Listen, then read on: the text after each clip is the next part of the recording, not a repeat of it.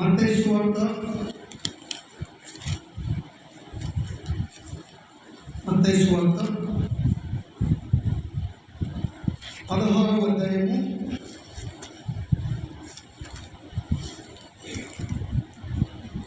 16వ అధ్యాయము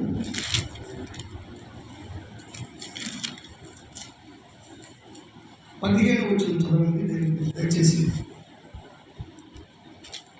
అందుకు ఆయన, మీరైతే నేను ఎవడనని చెప్పుకొనుచున్నానని వారిని అడిగిన. అందుకు సీమోను పేతురు, చదవండి, నీవు సజీవుడకు దేవుని కుమారుడైన క్రీస్తు అని చెప్పాను. అందుకు యేసు, సీమోను బలియోనా, నీవు ధన్యుడు, పరలోకమందున్న నా తండ్రి ఈ సంగతి నీకు బయలుపరచలే కానీ నరులు నీకు బయలుపరచలేదు. మరియు నువ్వు పేతురు, ఈ బండ మీద నా సంఘమును కట్టుదును. దేవునికి స్తోత్రం, హల్లెలూయా. చూడండి, ఇక్కడ చదవబడినటువంటి వాక్య భాగంలో యేసు ప్రభు శిష్యులను ఒక మాట అడుగుతున్నాడు. మనుష్య కుమారుడిని ఎవరని జనులు అనుకుంటున్నారు? మనుష్య కుమారుడు గురించి నా గురించి జనులు ఏమనుకుంటున్నారు అని యేసు ప్రభు అడిగినట్టుగా కనబడుతుంది. అయితే శిష్యులు చెప్తున్నటువంటి మాట ఏంటంటే, కొందరేమో బాప్తిజం ఇచ్చే యోహానని, కొందరేమో ఏలియా అని, కొందరేమో ఇర్మియా అని, మరికొందరు ప్రవక్తలలో ఒకడని చెప్పేసి అనుకుంటున్నారయ్యా అని శిష్యులు యేసు ప్రభు గురించి అక్కడ చెప్పారు. సరే, వారి సంగతి పక్కన పెట్టండి. మరి మీరేమనుకుంటారు నా గురించి? దేవుడికి స్తోత్రం, హల్లెలూయా. మీరేమనుకుంటున్నారు అంటే అప్పుడు పేతురు అంటాడు, నీవు సజీవుడైనటువంటి దేవుని కుమారుడైనటువంటి క్రీస్తు అని మేము అనుకుంటున్నామయ్యా అని చెప్పేసి యేసు ప్రభు చెప్పారు. దేవుడికి స్తోత్రం. అందుకు యేసు ప్రభు అన్న మాట ఏంటంటే, ఈ సంగతి పరలోకమందు నా తండ్రి నీకు బయలుపరచాడు కానీ నరులు నీకు బయలుపరచలేదు. దేవుడికి స్తోత్రం. ఈ సంగతి నేను దేవుని కుమారుడి క్రీస్తు అని నువ్వు ఎలా చెప్పగలిగావంటే, పరలోకమందు నా తండ్రి నీకు బయలుపరచాడు కానీ నరులు నీకు బయలుపరచలేదు. నరులు అంటే అక్కడ రక్త మాంసములు, దేవుని ఆత్మే నీకు బయలుపరిచింది కానీ రక్త మాంసములు నీకు బయలుపరచని చెప్పేసి అక్కడ యేసు ప్రభు పేతురు అంటాడు. అందుకు యేసు ప్రభు అంటాడు, నువ్వు పేతురువి, నేను ఈ బండ మీద నా సంఘాన్ని కడతాను. దేవుడికి స్తోత్రం, హల్లెలూయా. ఈ బండ మీద నువ్వు పేతురువి, ఈ బండ మీద నా సంఘాన్ని కట్టాలని చెప్పేసి అనుకుంటానని చెప్పేసి పేతురుతో అంటాడు. దేవుడికి స్తోత్రం, హల్లెలూయా. చూడండి, దేవుని ఆత్మచేత పలకబడినటువంటి ఆ శిష్యులతో ప్రభుత్వాడు, ఈ బండ మీద రాయిని. అక్కడ పేతురు అంటే రాయిని అక్కడ రాయబడింది. ఈ బండ మీద నా సంఘాన్ని కట్టాలని చెప్పేసి అనుకుంటున్నాను. దేవుడికి స్తోత్రం. దేవుని ఆత్మచేత పలకబడినటువంటి ఆ దైవ సేవకుని మీద సంఘాన్ని కట్టాలని చెప్పేసి, దీని మీద ఈ బండ మీద నేను సంఘాన్ని కట్టాలని చెప్పేసి నేను అనుకుంటున్నాను. దేవుడికి స్తోత్రం. చూడండి, బండ అనగా క్రీస్తు. బండకున్నటువంటి లక్షణాలు ఏంటంటే, బండ నీటిని పీల్చుతుంట. బండ కేవలం తడుస్తుంది కానీ ఆ నీటిని పీల్చుతుంట. కానీ ఇసుక మాత్రము నీటిని పీలుస్తుంది. ఎందుకు బండ మీద కట్టాలని చెప్పేసి యేసు ప్రభువు అనుకుంటున్నాడంటే అది నీటిని పీల్చదు. నీటిని పీల్చదంట. నీటిని పీల్చదు కాబట్టి నీళ్ళనగా లోకము. యేసు ప్రభు అంటాడు నేను లోకములో ఉన్నాను, నేను లోకములో ఉన్నాను, నేను లోక సంబంధిని కాను. నేను లోకంలోనే ఉన్నాను, అయితే నేను లోక సంబంధిని కాదు, నేను పరలోక సంబంధిని. దేవునికి స్తోత్రం, హల్లెలూయా. చూడండి, సముద్రంలో చేప ఉంటుంది, మనం చూసాం. సముద్రంలో చేప ఉంటుంది. ఆ చేప ఉప్పు నీటిలో ఉన్నా కూడా ఉప్పు మాత్రం దానికి అంటదంట. సముద్రంలో చేప ఉప్పు నీళ్ళలో ఉన్నా కూడా ఆ చేపకి ఉప్పు అంటదంట. అలాగే యేసు ప్రభు అంటాడు నేను లోకంలో ఉన్నాను, నేను లోక సంబంధిని కాదు, నేను పరలోక సంబంధిని. దేవునికి స్తోత్రం, హల్లెలూయా. అందుకొరకని యేసు ప్రభు అంటాడు ఈ బండ మీద నేను సంఘాన్ని కట్టాలనుకుంటున్నాను. దేవునికి స్తోత్రం. లోకములో ఉన్నది శరీరాశ, నేత్రాశ, జీవపటం. ఎందుకు బండ అయినటువంటి క్రీస్తు నీటిని ఎందుకు పీల్చాలంటే ఆ నీటిలో, ఆ లోకంలో శరీరాశ ఉంది కాబట్టి అందుకని చెప్పేసి ఆయన నీటిని పీల్చలేదంట. శరీరాశలను పీల్చడం. అలాగే నేత్రాశ, ఏమి చూద్దాము అంటే లోకం చూడాలి. అలాగే జీవపటము, శరీరాశ, నేత్రాశ, జీవపటము. ఈ మూడు ఉన్నందుకు లోకానికి, నీటికి సాదృశ్యమైనటువంటి ఈ లోకాల్లో ఆ లోకాన్ని పీల్చకుండా శరీరాశను, నేత్రాశను, జీవపటమాన్ని జయించినటువంటి వాడుగా తిరిగి లేచాడు. దేవునికి స్తోత్రం, హల్లెలూయా. నాలో పాపం ఉందని చెప్పేసి మీలో ఎవడు స్థాపించదని చెప్పేది ప్రపంచానికి సవాలు ఇస్తున్నాడు. ప్రపంచానికి, ఒక రాష్ట్రానికి కాదు, ఒక దేశానికి కాదు, ఒక గ్రామానికి కాదు, ప్రపంచానికి నాలో పాపం ఉందని చెప్పేసి మీలో ఎవడు స్థాపించగలని చెప్పేసి ప్రపంచానికి సవాలు ఇచ్చినటువంటి పరిశుద్ధుడైనటువంటి దేవుడు యేసుక్రీస్తు. దేవునికి స్తోత్రం, హల్లెలూయా. అయితే లోకములో ఉన్నంత కూడా గతించిపోతుంది, కానీ పరలోకమున నా తండ్రి చిత్తమును జరిగించినటువంటి వాడు నిరంతరము నిలిచి ఉంటాడు. దేవునికి స్తోత్రం, హల్లెలూయా, హల్లెలూయా. శరీరంలో అన్ని కూడా శరీరాశ, నేత్రాశ, జీవపటం అన్ని కూడా గతించిపోతాయి, కానీ పరలోకమునటువంటి తండ్రి చిత్తమును జరిగించినటువంటి వాడే నిరంతరము పరలోకంలో నిలిచి ఉంటాడు. దేవునికి స్తోత్రం, హల్లెలూయా, హల్లెలూయా.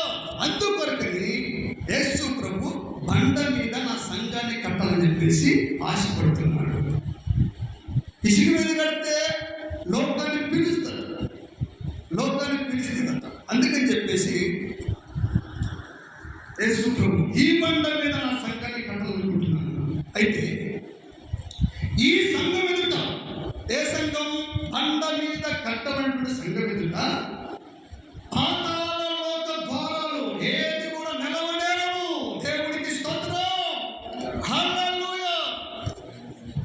ఏ సంఘం అయితే బండ మీద కట్టబడుతుందో ఆ సంఘం ఎదుట పాతాళ లోక ద్వారాలు నిలబడటానికి వాటికి శక్తి తడుపు. ఆ కింద చదవండి, దయచేసి చదవండి. మత్తయి సువార్త 16వ అధ్యాయము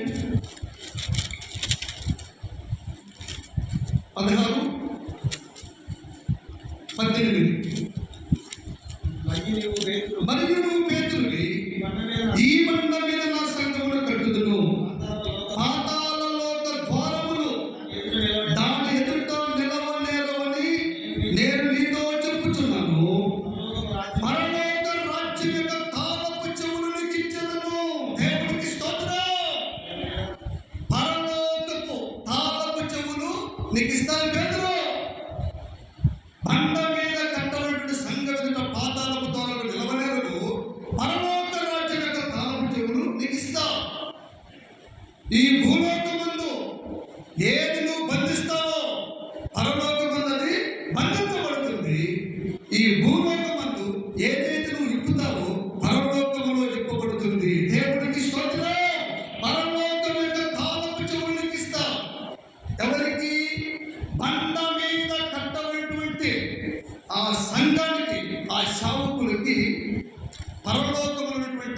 ఆ రాజ్యం యొక్క తాళపు చెవులు మీకు ఇస్తానంటున్నాడు.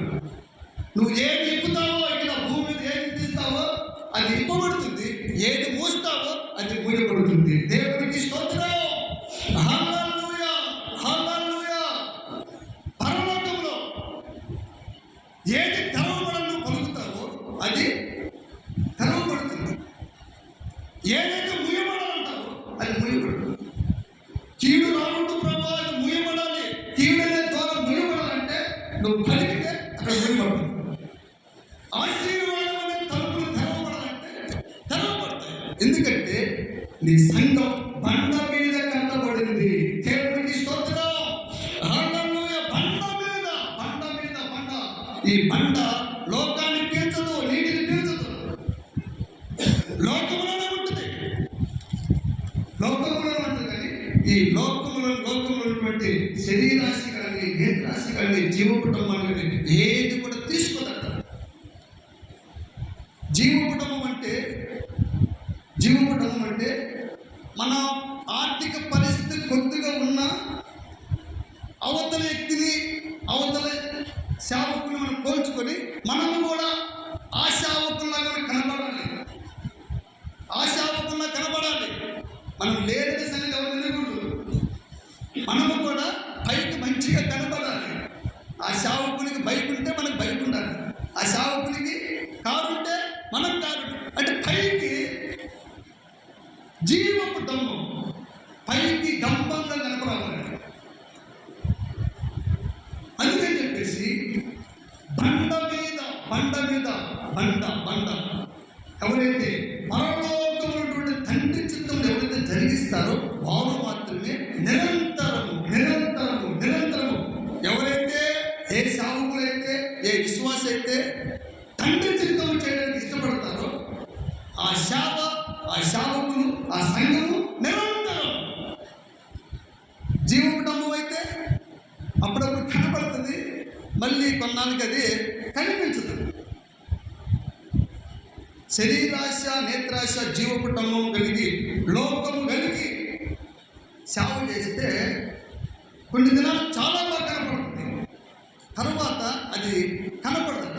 అయితే తండ్రి చిత్తమును జరిగించినటువంటి వాడు నిరంతరము నిరంతరము నిరంతరము నిలిచి ఉంటాడట. దేవునికి స్తోత్రం. హల్లెలూయా, హల్లెలూయా. కనుక నా ప్రియమైనటువంటి దైవ సేవకులారా, దేవుడు నాతో, మీతో, మనందరితో ప్రభు మాట్లాడుతున్నటువంటి మాట ఏంటంటే, ఈ బండ మీద నా సంఘమును కడతాను. ఎవరైతే దేవుని ఆత్మ చేత అని అంటున్నారో, కొందరేమో బాప్తిజం ఇచ్చే యోహాను అంటే ఊహలు, కొందరేమో ఇర్మియా, కొందరేమో ఏలియా, కొందరేమో ప్రవక్తలలో ఒకడు అని చెప్పేసి ఊహించుకుంటున్నారు. ఈయన మాత్రము నీవు సజీవుడైనటువంటి దేవుని కుమారుడు క్రీస్తువు.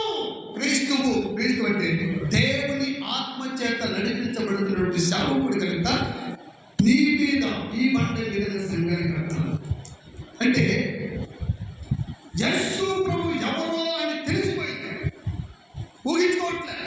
యేసు ప్రభు ఎవరంటే సాక్షాత్ దేవుడు. ఆయన వాక్యమై ఉన్నటువంటి దేవుడు, ఆత్మ అయినటువంటి దేవుడు. దేవుడు ఆత్మ కనుక ఆయన ఆరాధించువారు ఆత్మతోనూ సత్యముతోనూ ఆరాధించవలను. దేవునికి స్తోత్రం.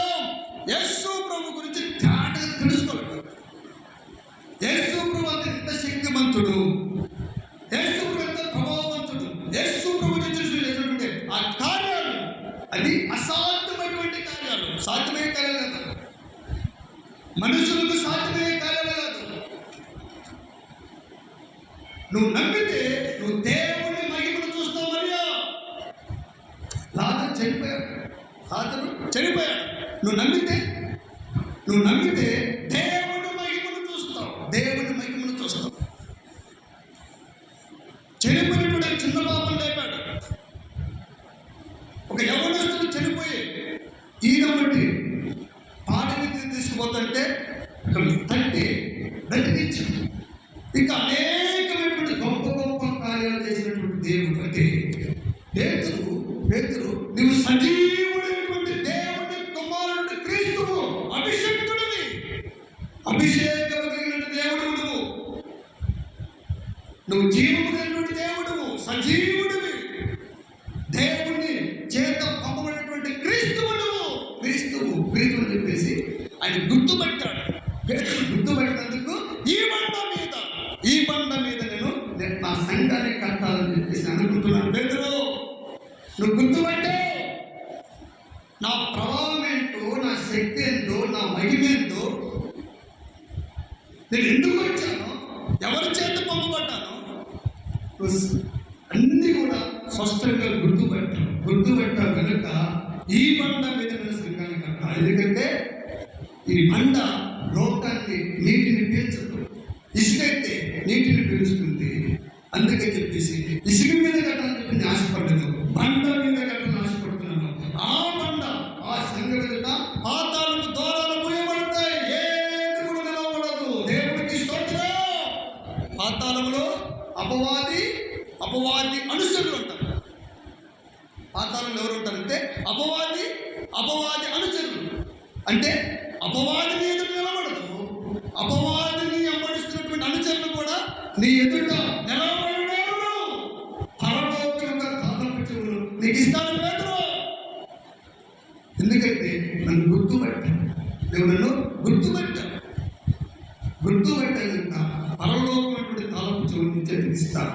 నువ్వు దేనైతే ఈ భూమి నుండి ఇప్పబడాలంటావో పరలోకంలో ఇప్పబడుతుంది, ఏదైతే ముయ్యబడాలంటావో అది పరలోకంలో ముయ్యబడుతుంది. నీ నోట ఏ మాట వస్తే, నా సేవకు నోటి నుండి ఏ మాట అయితే పలకబడుతుందో ఆ మాటను అవును ఆమెను పలుకుతాను. కనుక అనేకమైనటువంటి ఆశీర్వాదకరంగా దీవెనకరంగా ఉంటామని చెప్పేసి యేసు ప్రభువుని పలికారు. దేవుడికి స్తోత్రం. హల్లెలూయా. పేతురు అంటాడు మరొకసారి అంటాడు, మీరు ఆశీర్వాదములకు వారసులవటానికి మీరు పిలువబడ్డారు. ఆశీర్వాదానికి వారసులవటానికి మీరు పిలువబడ్డారు, అంతేగాని శాపానికి మీరు పిలువబడలేదు. శాపంతా కూడా కొట్టివేయబడి ఆశీర్వాదాలను సొంతం చేసుకోవడానికి మీరందరూ పిలువబడ్డారు. కనుక మీరందరూ కూడా ఆశీర్వాదకరంగా దీవెనకరంగా ఉండాలంటే అబ్రాహాముతో కూడా అంటాడు, నువ్వు అనేకులకు ఆశీర్వాదకరంగా దీవెనకరంగా ఉంటావు. మీరు ఎవరైతే ఆశీర్వదిస్తారో వారు ఆశీర్వదించబడతారు, ఎవరైతే దూషిస్తారో వారు శపించబడతారు. శాపకుణ్ణి మనల్ని ఎవరైతే ఆశీర్వదించబడాలని చెప్పేసి కోరుకుంటారో వారు ఆశీర్వాదకరంగా ఉంటారు.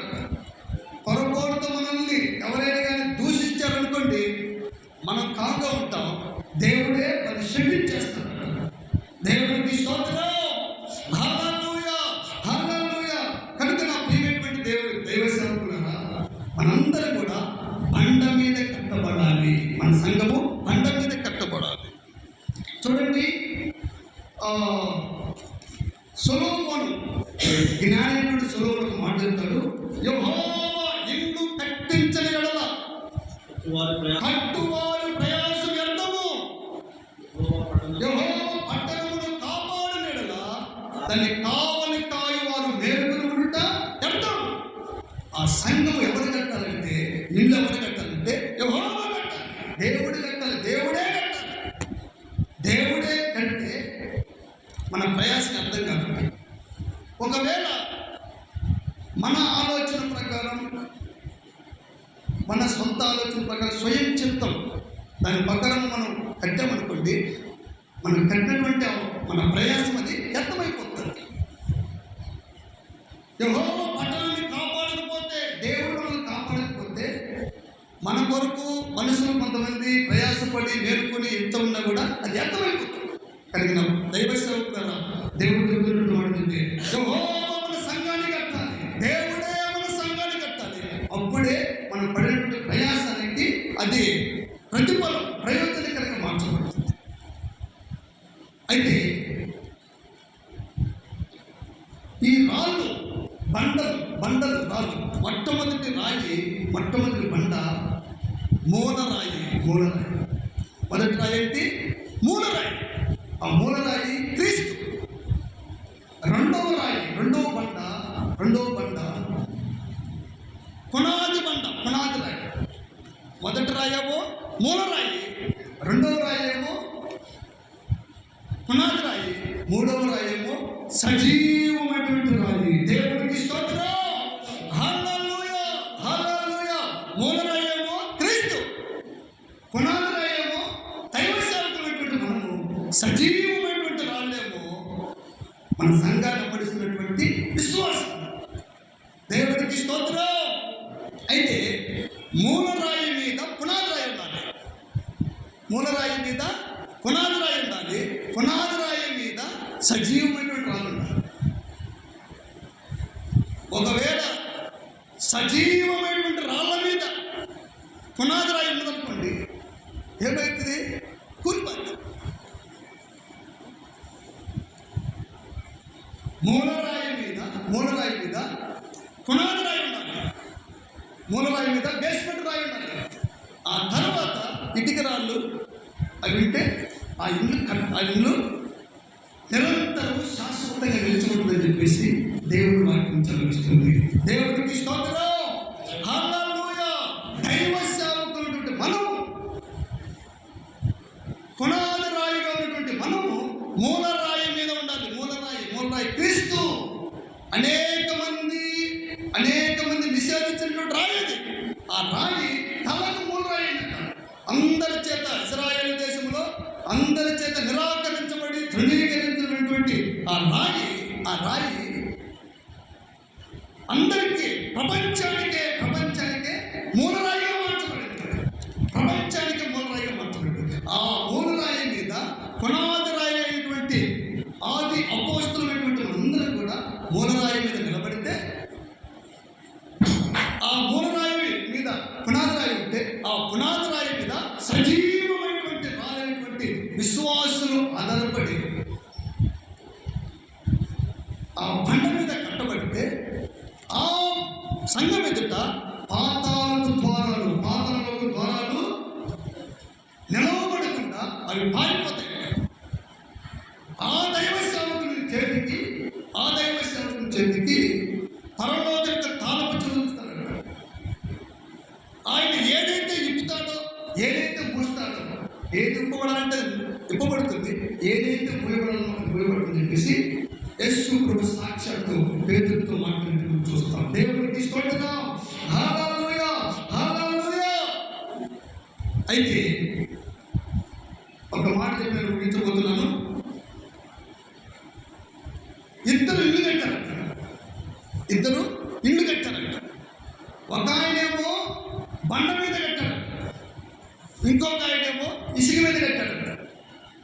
ఒక ఆయనేమో బండ మీద కట్టారంట, ఇంకొక ఆయనేమో ఇసుక మీద కట్టారంట. అయితే ఈ ఇంటి మీదకి వాన వచ్చింది, ఈ ఇంటి మీదకి వాన వచ్చింది, ఆ ఇంటి మీదకి వాన వచ్చింది, ఈ ఇంటి మీదకి వాన వచ్చింది. ఆ ఇంటి మీదకి వరద వచ్చింది, ఈ ఇంటి మీద కూడా వరద వచ్చింది. ఆ ఇంటి మీదకి గాలి వచ్చింది, ఈ ఇంటి మీదకి కూడా గాలి వచ్చింది. అయితే బండ మీద కట్టబడినటువంటి ఇల్లేమో అది కూలబడకుండా అలాగే నిలబడింది. ఇసుక మీద కట్టినటువంటి ఆ ఇల్లేమో కూలిపోయింది. ప్రభు అంటాడు, ఈ నా మాటలు విని, చదవండి, దయచేసి చదవండి. మత్తయి సువార్త 7వ అధ్యాయము 24వ వచనం. మత్తయి సువార్త 7వ అధ్యాయము 24వ వచనం. కాబట్టి ఈ నా మాటలు విని వాటి చొప్పున చేయు ప్రతివాడును బండ మీద తన ఇల్లు కట్టుకున్న బుద్ధిమంతుని పోలి ఉండెను. వాన కురిసెను, వరదలు వచ్చును, కానీ గాలి విసిరి ఆ ఇంటి మీద కొట్టిన కానీ దాని పునాది బండ మీద వేయబడిన కనుక అది పడలేదు. మరియు ఈ నా మాటలు విని వాటి చొప్పున చేయని ప్రతివాడు ఇసుక మీద తన ఇల్లు కట్టుకున్న బుద్ధిహీనుడు పోలి ఉండెను. వాన కురిసెను, వరదలు వచ్చును, గాలి విసిరి ఆ ఇంటి మీద కొట్టెను, అప్పుడు అది కూలబడెను, దాని పాటు గొప్పదని చెప్పాడు.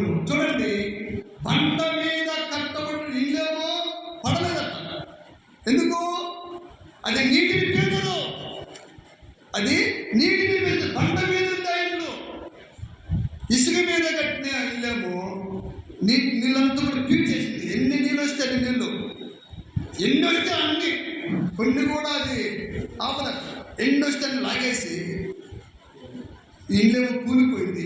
బండ మీద కట్టబడిన ఇల్లేమో అలాగే నిలబడింది. దేవుడికి స్తోత్రం, హల్లెలూయా. ఇటు మీదికి ఏమొచ్చిందంటే వాన కురిసిందంట, వరద వచ్చిందంట, అలాగే గాలి విసిరిందంట. వర్షమేమో పైనుండి వస్తుంది, అంతే కదండి సాగులో. వర్షమేమో పైనుండి వస్తుంది. పైనుండి వచ్చిందంటే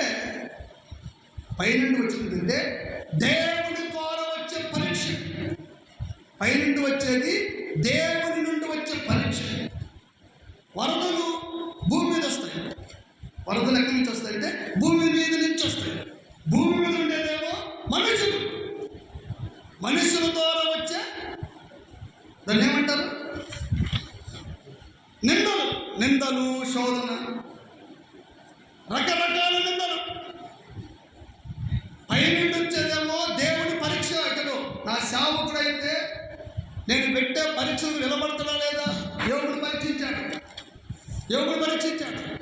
మొత్తం అన్ని కోల్పోయాడు.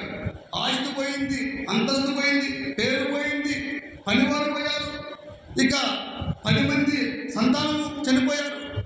చివరికి తన దేహము కూడా సహకరించలేనంతగా పోయింది యోబు.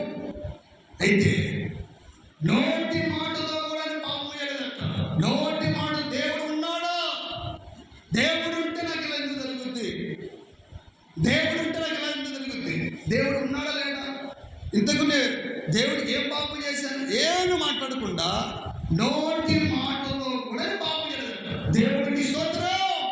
యెహోవా ఇచ్చును, యెహోవా తీసుకును, యెహోవా నామానికి స్తోత్రము కలుగును గాక. తల్లి గర్భంలో నుండి దిగంబరిగా వచ్చాను, మన దిగంబరిగా వెళ్తాను. కానీ నోటి మాటతో కూడా దేవుణ్ణి దూషించలేదు, పాపం చేయలేదు. దేవుడి నుండి వచ్చి పరీక్ష. కొన్ని పరీక్షలు పైన వస్తాయి, దేవుడి నుండి వస్తాయి. కొన్నేమో భూమి మీద నుండి వస్తాయి, వరద రూపంలో వస్తాయి, మనుషుల రూపంలో వరద వస్తుంది. ఇంత భక్తి చేయాలన్నా ఇలా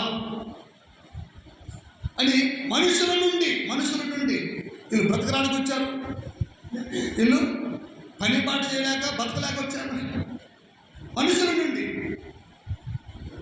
తర్వాత గాలి ఎక్కడి నుంచి వస్తుందంటే మధ్యలోంచి వస్తుందన్నమాట.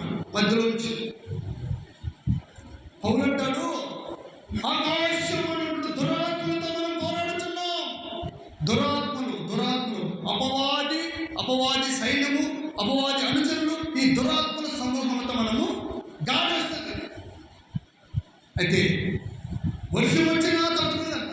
ఏది, బండ మీద కట్టబడి ఇల్లేమో వర్షం వచ్చినా తట్టుకున్నది, వరద వచ్చినా తట్టుకున్నది, గాలి వచ్చినా కూడా అది తట్టుకొని అది కూలిపోవడానికి ఆస్కారం లేకుండా అలాగే నిలబడింది. అయితే ఇసుక మీద కట్టినటువంటి ఇండ్లేమో దేవుడి నుంచి చిన్న పరీక్ష వస్తే, నువ్వు ఉన్నావయ్యా, ఉంటే నాకు ఎందుకు అవుతుందా, నువ్వు ఉంటే నేను అన్ని విడిచిపెట్టి వచ్చాను, నాకేంటిది. తర్వాత మనుషులు ఓరతి బాగుంటున్నాయన, ఈ మనుషుల నుంచి వచ్చే నిందలు తట్టుకోలేక మధ్యలోనే అపవాది పెట్టే ఆ శోధన ద్వారా అది నిలబడలేక కూలిపోతుంది. అలాగే ఇసుక మీద కట్టినటువంటి ఇల్లు అలాగే కూలిపోయింది. బండ మీద కట్టబడి ఇల్లేమో అలాగే నిరంతరం నిలబడింది. దేవుడికి స్తోత్రం, హల్లెలూయా, హల్లెలూయా. పేతురు కట్టినటువంటి సంఘం అంటే చదవండి అపోస్తుల కార్యములు పక్క 2 నిమిషాలను ముగించబోతున్నాను. అపోస్తుల కార్యములు 2వ అధ్యాయము 17 నుండి ఆయన పేతురు కట్టినటువంటి సంఘం చూడండి. వారు ఈ మాట విని, అంటే పేతురు చెప్తున్నటువంటి మాటలు విని హృదయంలో నొచ్చుకొని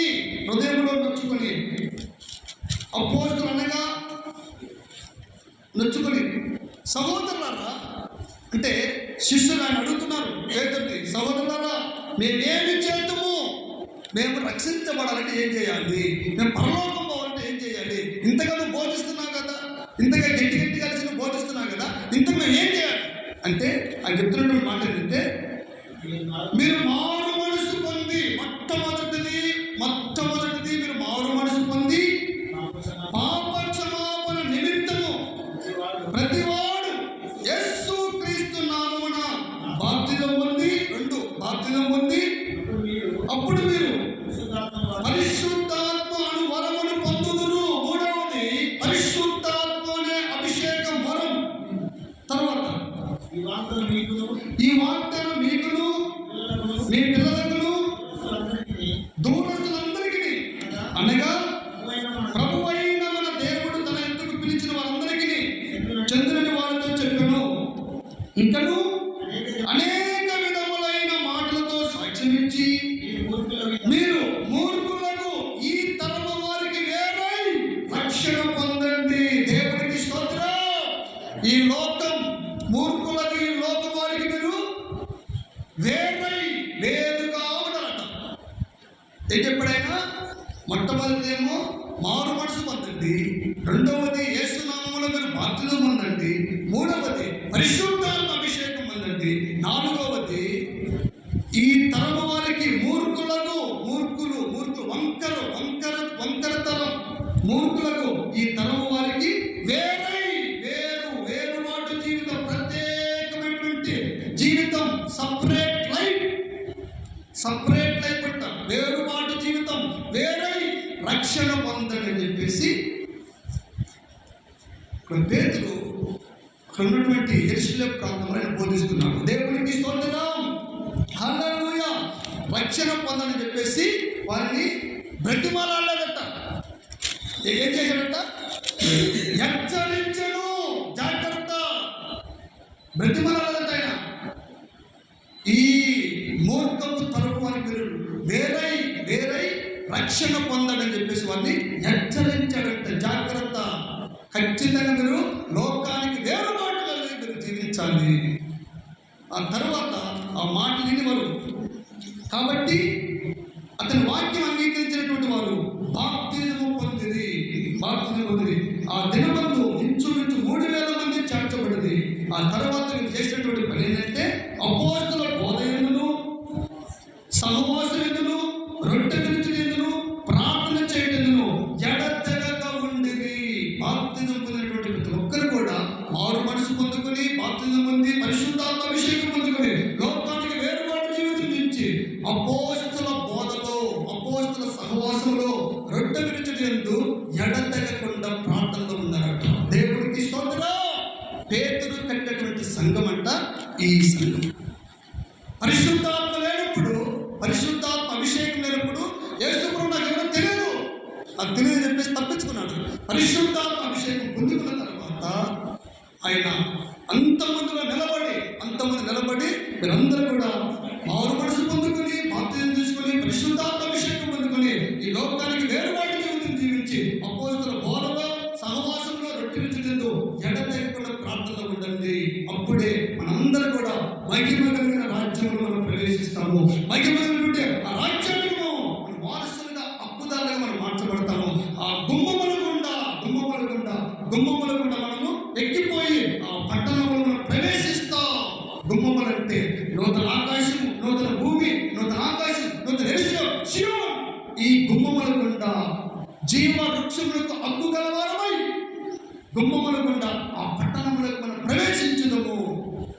మనందరూ కూడా ఈ విధమైనటువంటి సంఘము, ఈ బండ మీద కట్టినటువంటి సంఘము, ఈ అపోస్తల కాలంలో ఈ 2వ అధ్యాయమైనటువంటి సంఘము, ఈ సంఘం మీద బండ మీద మనం సంఘం కట్టినట్లయితే మనందరం కూడా జీవవృక్షములకు హక్కుగా కలవాలి.